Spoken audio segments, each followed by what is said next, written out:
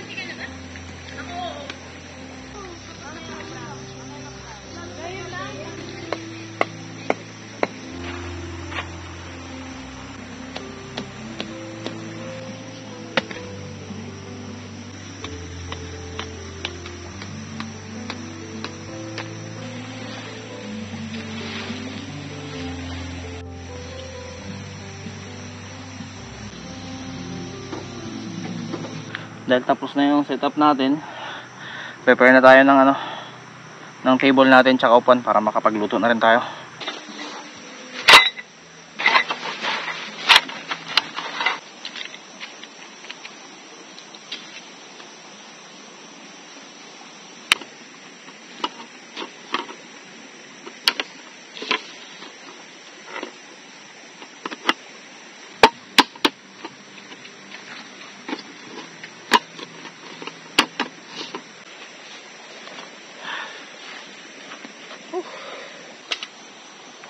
Dito kasi paggabi, sabi kasi nung iba, maingay. Pero tingnan niyo naman 'di ba kung gaano katahimik yung yung lugar.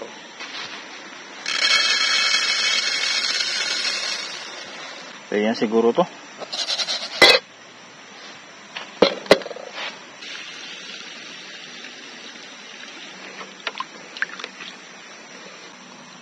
Pwede na to. Ayan mga bro, bago tayo maghintay ng pagkulo nitong sinalang nating kanin, ikot muna tayo. Madilim madilim sa camera, pero dito maliwanag. Wala kasing highlights itong GoPro, pero yan, ganito naman katahimik paggabi. Yung sinasabi nilang maingay, hindi naman, di ba? Tahimik naman Gutom na. Ano mas ka bumiyay bro? Mga alas 3 yata yun.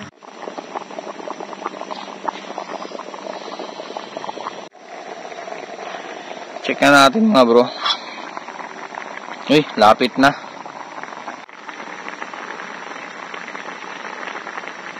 Hintayin na lang ating maluto yung kanin mga bro. Luto na pala Yan yung setup natin Simple lang. Simple muna. Uy. Pwede na siguro to. Pwede na to. Tuyuin lang natin yung yung pan natin. Kala mo magluluto talaga Init lang tayong dilata. Wala tayong time magluto ng special Bawi na lang tayo sa next camping natin na makapagluto tayo ng special. Yan, lechong paksiw. Lechong paksiw na agad. Initin na lang natin. Nagano, tis magsisitalsikan tong mga to.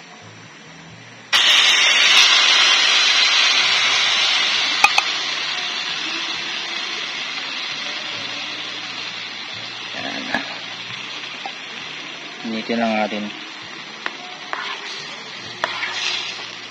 Pag lechon palang isda talaga, tingnan nyo natutunaw yung laman. Kunti na lang yung laman nya.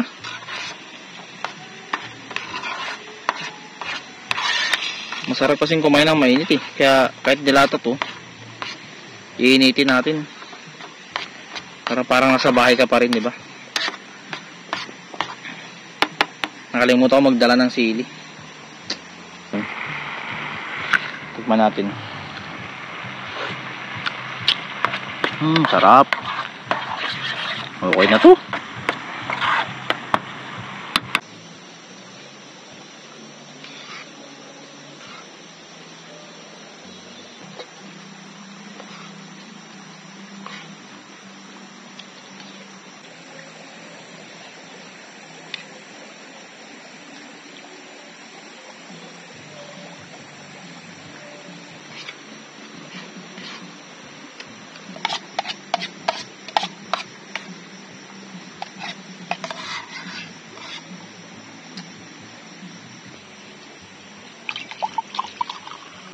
Nagpapababa-baba lang tayo ng kinain at katatapos natin kumain, kakainin natin yung ipinadala ni Mrs.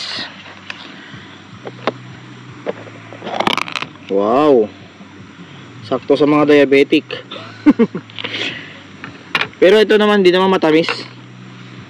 Yung buko pandan na yan, sakto lang bro, di ba? Lasa? Di ko pa natikman. Di natikman? Kasi may diabetes ako Pero ito, hindi naman na nilagyan ng asukal to. kumbaga all purpose lang.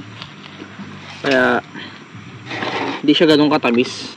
Tikman natin yung gawa ni Lab. Sarap. Hindi matamis. Hindi ko siya talaga pinalalagyan ng asukal eh. Cream lang talaga. Wala din siyang cheese. Plain lang talagang gulaman lang na may Nestle cream. Sarap.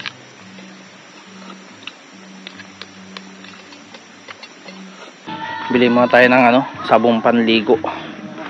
At dilimahid tayo eh. Pabili! Andito na po kami. Bibili siya broken ng panghugas ng plato, ako panligo naman. Dahil pinawisan tayo sa pinawisan tayo sa setup. Ayan bro, silipin natin meron sila mga ganito pag gabi. Talagang may ilaw-ilaw po. Ayan mga bro, kompleto naman sila. May lutuan silang pangkahoy, ihawan pang uling. At meron ding lavatory. Dito yung CR nila mga bro. Nakarandam tayo ng panlalagkit tsaka ang hirap matulog pag malagkit ang katawan. Kaya mag-shower tayo. Dito lang yan. Yo, diba? Malinis ang CR. May gripo, may tubig, may ilaw. So maligo muna tayo mga bro para matanggal yung lagkit natin sa katawan. Tsaka kahit hindi ako maligo, okay lang naman sana kasi malamig ang hangin pero mas masarap pa rin pag maligo ka. So samahan niyo pa ba ako maligo? Hindi na. Babalikan ko kayo mga bro. Maligo lang ako. Turn nating maligo mga bro. Ano na tayo? Medyo inaantok na tayo Dito lang naman yung mga gamit natin at hindi naman mawawala yan. Secure naman dito sa lugar na to. Ang kagandahan lang kasi dito mga bro, sa campsite na to, lagi may nag-check sa amin kung okay lang ba kami, ano yung mga kailangan namin. Pinupuntan talaga kami dito kung ano pa ba yung mga service na pwede nilang i-offer. Kami, cowboy naman kami kung ano naman yung kailangan namin. Katulad kanina, nakabili na kami ng sabon panligo kasi hindi nga ako nakapagdala. Pero chinecheck talaga nila yung mga guests nila dito. So napakaganda dito sa Kahuya Kalia. Talagang alagang-alaga. Kaya hindi kami nangangamba na baka biglang may mawalang gamit or what. Kasi secure naman dito. Tsaka mabait yung mga staff. Mabait yung mga staff. Grabe. Meron palang sabitan ng ilaw dito. Sabitan ng atin. Para maliwanag tayo dito sa loob. Ayan. Diba? Maliwanag na.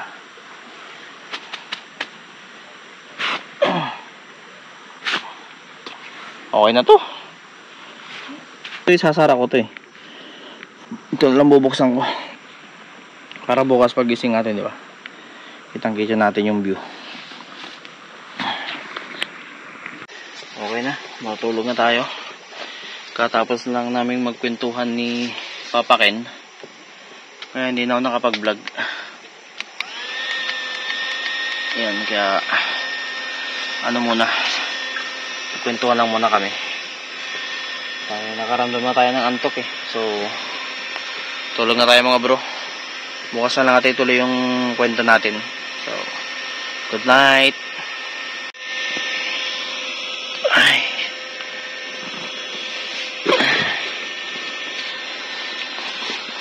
Saan natin to?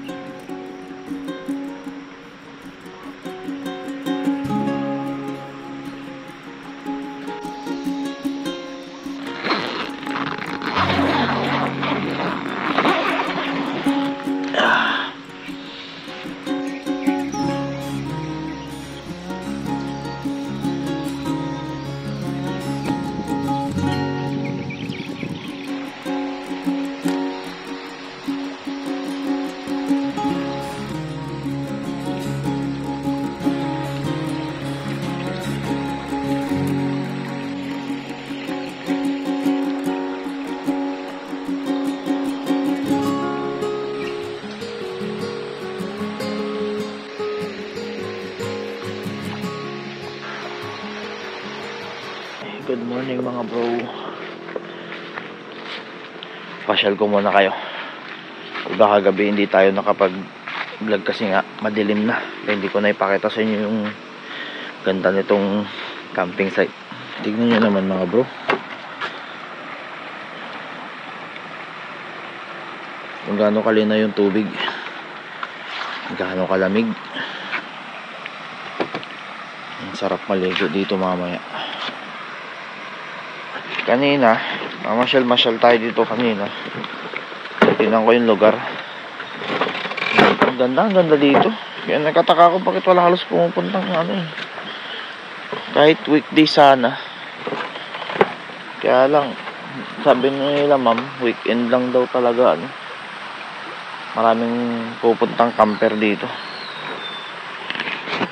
Tingnan nyo naman dito sa parting yan mga bro, malalim na yan. Di lang halata sa video pero malalim na yan. So meron sila ditong mga kubo para sa mga gusto mag picnic. Karugtungan din pala yan ng Camp Kainumayan. Tapos dito ko sa kabila, Tumangan Farm. Pero dito sa part na to, ang ganda. Ang linaw ng tubig May nakita kong talbos ng kamote doon mga bro. Mamaya kukuha ako, luto natin. Pandagdag ulam ba. Dito sa may part na to. Dito sinasabi ko sa inyo mga bro, yun ang lutuan, tsaka ihawan, tsaka laboratory. Tapos dito naman CR. Dito sa kabila na yan, CR yan.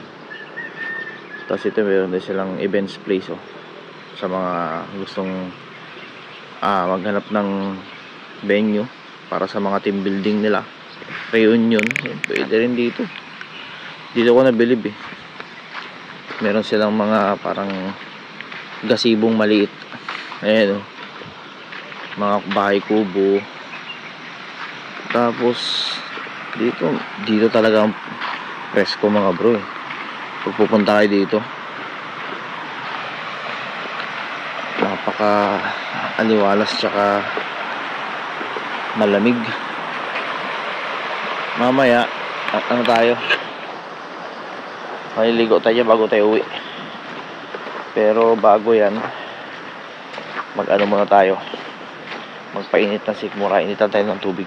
Sa mga hindi nakakita kagabi, ito lang naman yung setup natin Hindi ko pa napapagawa ng bentana to si Gwapo. Tinakpan ko na muna ng tuwalya. Tapos lahat ng gamit natin ibinaba lang natin dito. Natatawa ko dito sa setup ko, yung masyadong mataas. Dapat pala babawasan ko ng isang pull to. Parang hanggang dito lang siya, para masakop niya to. Buti na lang hindi umulan. Yan, kaya lang setup natin. Tsaka setup ni Papa Ken. Yan. Ayan, medyo magulo yung pero okay lang yan. Ngayon, natural lang yan sa camping. Minsan hindi mo naman maayos sa pagod. Yan yung oras na kami nakarating kagabi. 7 na. Nakakain kayo mag alas 10 na. Init lang tayong tubig mga bro.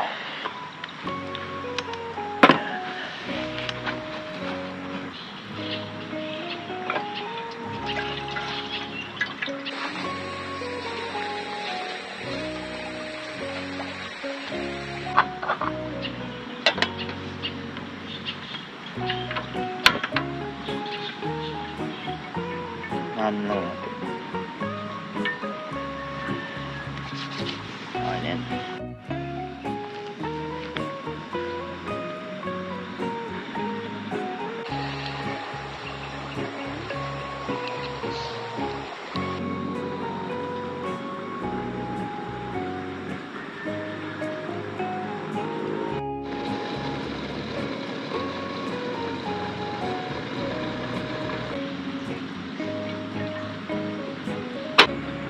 Shoutout nga pala sa Rice and Well, sa pa-free coffee mag nila.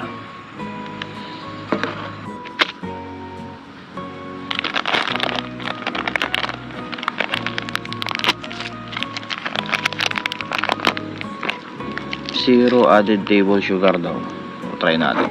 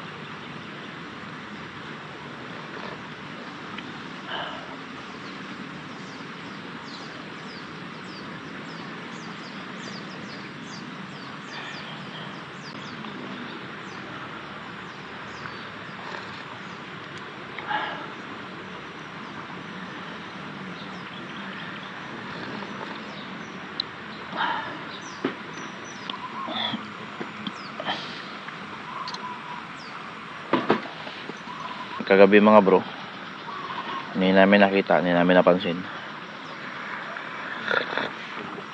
Hindi palang bulaklak dito sa harapan namin, no? Yung mga kulay-pula na yan. Sarap pagmasdan habang hindi ako nagkakape ng Milo, habang pinagmamasdan mo yung mga tanawin. Tapos kagabi, ang maririnig mo lang talaga yung daloy ng tubig habang natulog ka. Magos lang yan. Yung nagpaparelax sa'yo, di ba? Tilaok ng manok. Ayan, may manok eh. Naya lang silang mamasyal-masyal dito yung mga manok. Pero hindi naman namimirwisyo. Marunong din. Ayan. Mayro tayo mga bro. Pangpa-boost lang ng umaga. Pampainit lang ng sigmura. Actually mga bro, ang ininom ko talaga sa umaga, pinagsasalit ko ang dahon ng guyabano sa umaga. Minsan dahon ng bayabas. Yan, ginagawa ko na siyang tsaa. Hindi na ako nagkakape ng halos ng umaga. At saka parang bihira na ako magkape. Na lang eh, dahon ng guyabano, dahon ng bayabas sa try ko na, banaba, tsaka malunggay. Okay naman. Tsaka parang ewan lang siyempre, alam ko ang kape masustansya naman eh, may antioxidant yun eh. Pero tinatry ko kasi yung ibang method sa umaga. Dati kasi maligamgam na tubig lang, ngayon yun na, nakaluan ko na ng dahon ng guyabano, malunggay, bayabas yan. Okay naman, nakakaganda naman siya ng sistema ng katawan ko. Pero sa ngayon, Milo muna tayo kasi bihira lang naman tayo mag Milo eh. Kumbaga, sa camping lang.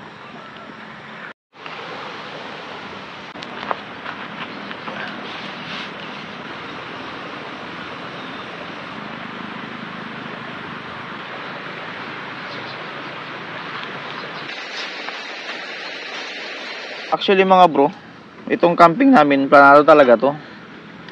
Sayang na kasi hindi sumama si Kuya Inket. Daming trabaho eh.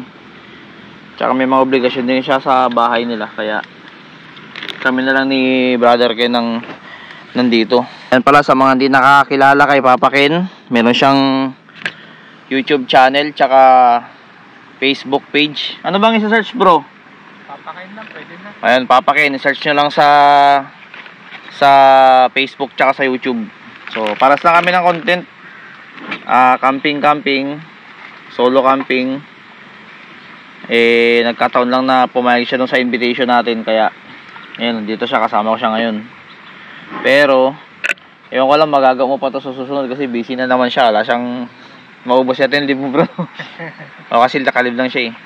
Kaya, pero 'di ba, kung sakali naman, 'di ba, kung kaya naman, 'di ba? Kung kaya. O tong weekend na to, yun, baka sakali magkasama kami ulit sa ibang mga camping site. Kasi actually mga bro, meron pa akong gustong pagdalan sa kanya ng mga camping site dito sa Botolan eh. Kaya soon, malay mo makapagsama ulit na ano, makapag-adventure. Pero bro, minsan kung makahanap ka ng maganda, ikaw ang dadayuhin ko. Di ba? Kasi ako din ayaw mo sa Botolan eh. Oo nga. O, dadayuhin ko naman si Papa Ken para ibang spot naman.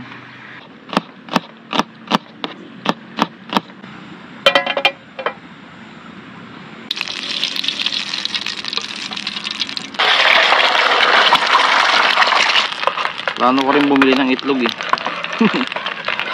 Yata, ay nagbigay si Papa Ken. May additional tayong ulam.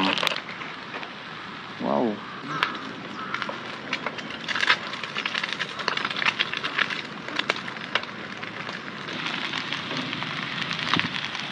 Okay na to mga bro. Yan. Yun no. Dito na sa table. Malinis naman to eh. Sabahin na lang natin na maliliit. Yan. Kahit hindi pa mainit, lagyan natin yung ano, bawang. Putik, may balat-balat pa oh. Yan. Yan, natira pa namang hinangan lang ating apoy. Lakas pala ng apoy. Yan. Uy, bango. Nangangamoy na yung bawang. Yan mga bro, bago patuloy ang masunog yung bawang, lagyan natin yung tirang kanin natin. Hindi naman napanis to eh.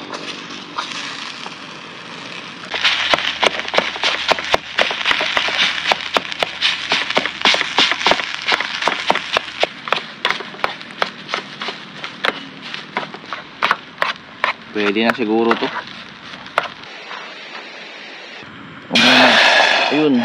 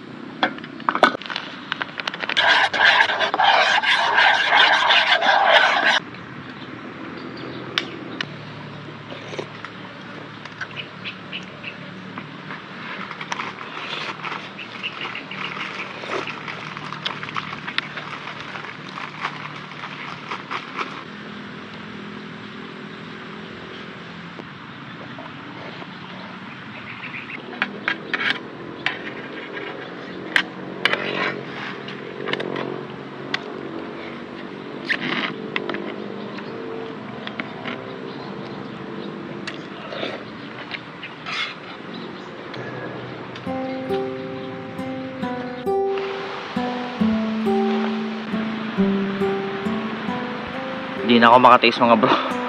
Ligo tayo. Lamig.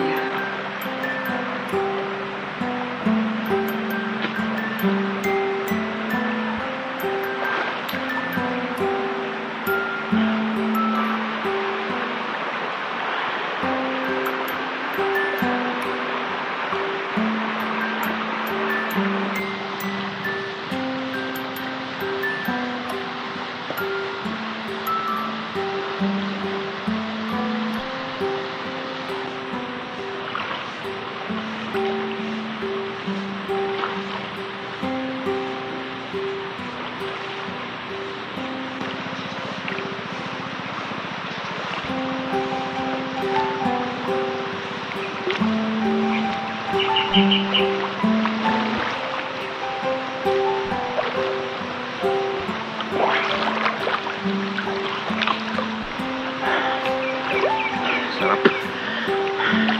Sobrang nag-enjoy ako ngayon sa lugar na to. Solong-solong katahimikan. Tapos ang ganda talaga ng lugar. Malamig yung tubig, malinis, malinaw. Nakaka-recharge. Sobrang laking impact sa akin ng mga ganitong lugar talaga.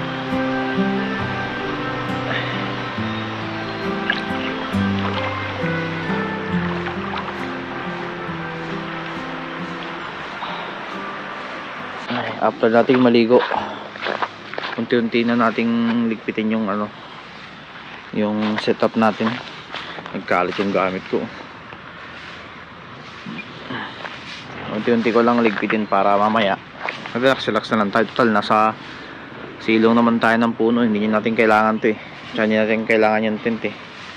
Tira na lang natin siguro yung table tsaka ano, tsaka upuan. Nauna na ako nagligpit kay ano, papakin mga bro, para mamaya bago tayo umuwi ano na lang, alis na lang tayo. Unti-unti ko nang inayos eh. Ito na lang muna tinira ko kasi mag-ano pa tayo eh, magpapainit muna natin ng tiyan bago tayo umuwi. Kasi anong oras na bro? Ano na nga ito? Alas 10 pasado na no? Oo, mga ganun. O alas 10 na. Ano bang plano mo bro? Magla-lunch ka muna bago ka alis? Hindi, siguro kapag ano na, bago mag-lunch siguro, pwede na sumipat. Para ano? Ako, papano lang muna ako bro. Milo muna, papainit lang ng tiyan bago tayo alis. Ako kasi, dito lang naman ako sa Botolan, pero sa iba ako umuwi. Si Papakin kasi, ano pa eh, Castilleos pa siya. Pero ano lang yan bro, saglit mo lang yung bakbakin niya no. Mga isang oras siguro. Oo, kaya na yun. Kaya ito muna, ano lang muna tayo, painit lang muna tayo ng tubig, tapos Milo lang tayo, pahinga. Tapos yun na, ngayon ang oras, larga na tayo. Hindi na ako natuloy magluto mga bro, kasi hanggang ngayon busog pa rin ako dun sa kinain kong almusal eh. Yung plano kasi namin dapat manananghalian muna bago alis eh, kaya lang hanggang ngayon busog pa ako, kaya ano na lang muna tayo, Milo na lang muna. Si Papa kay nagliligpit na rin siya. So, tamang ano na lang, kasi nakasilong din naman tayo ng puno. So ano ang problema dyan, di naman tayo mainitan. Tamang pahinga na lang muna tayo dito. Tamang singot-singot lang ng sariwang hangin. Pwede naman na si Guwapo eh. So ito na lang yung ano natin. Hindi naman tayo nagmamadali eh. Binabawasan lang natin yung mga gagawin para pag uwi hindi tayo pagod. Tamang drive na lang. Ano na to si Papa Ken, malayo pa to, Castilleos pa.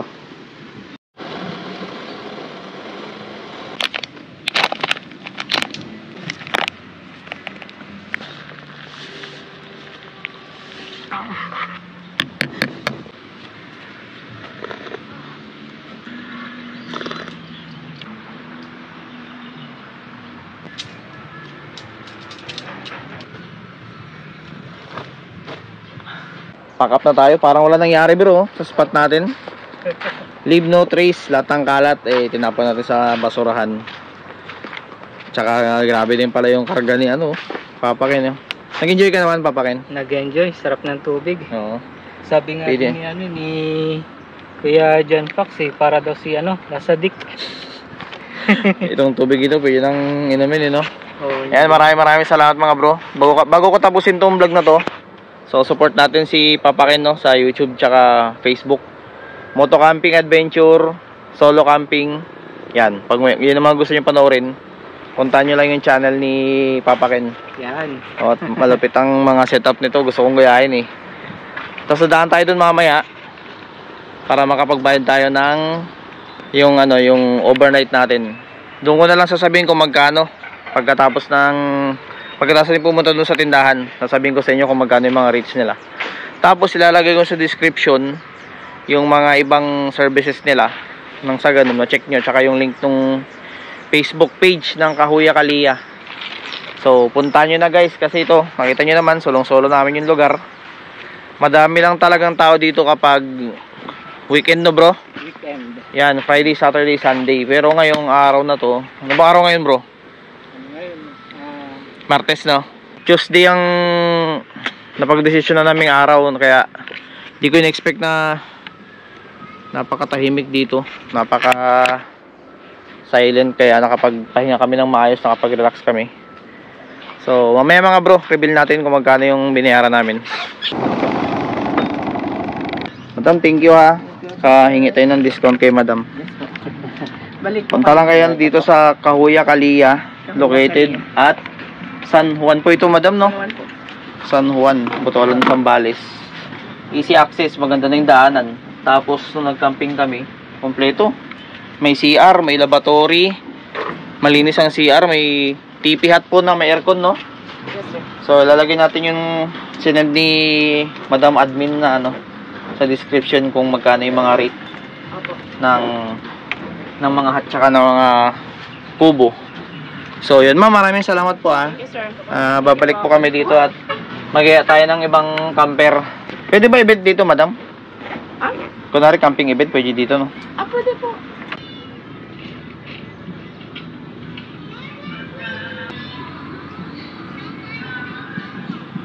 Palabas na tayo ng highway at ayun, nakapagbayad na tayo. Maraming salamat pala kay ma'am, admin at owner ng Kahuya Kalia sa pag-warm welcome sa amin. Grabe. Sobrang relaxing ng lugar, promise. Nakita nyo naman sa video na dito sa video, sa vlog ko, di ba, na napaka relaxing ng lugar, tahimik, malinis, walang iistorbo sa'yo, tanging ikaw lang talaga ang gagawa ng ikaka-relax mo dun sumabay pa, napakagandang ambience na yun. Kaya maraming salamat sa buo po ng Kahuya Kalia. So sa mga gustong pumunta, nasa description ang link ng Facebook page nila, tsaka nandun din yung updated rates nila. So makikita nyo dyan sa description. So sa mga gusto pumunta, Kahuya Kalia sa Botolan, Zambales, napakagandang campsite mga bro. Yun yung isa sa mga napunta kong campsite na nakapagpahinga ng maayos talaga. So maraming salamat, tsaka maraming salamat din kay Papa Ken na although malayo siya, pinunta niya tayo na sinamahan niya tayo makapag-camping. Soon magkakaroon tayo ng mga iba't ibang kasama sa camping na gagawin natin. So nagkakaroon tayo ng mga bagong kaibigan sa campsite na na-invite natin kung saan tayo pwede mag-camping. Pero syempre, pupuntahan natin yung mga camping na maganda talaga. So okay, bawal nyo tayo mga bro. Maraming salamat sa pagsama sa amin. Like, comment, share, and subscribe. Back to vlogging na tayo. Sobrang tagal natin hindi nakapag-vlog.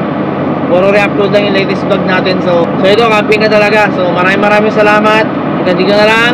Goodbye and God bless.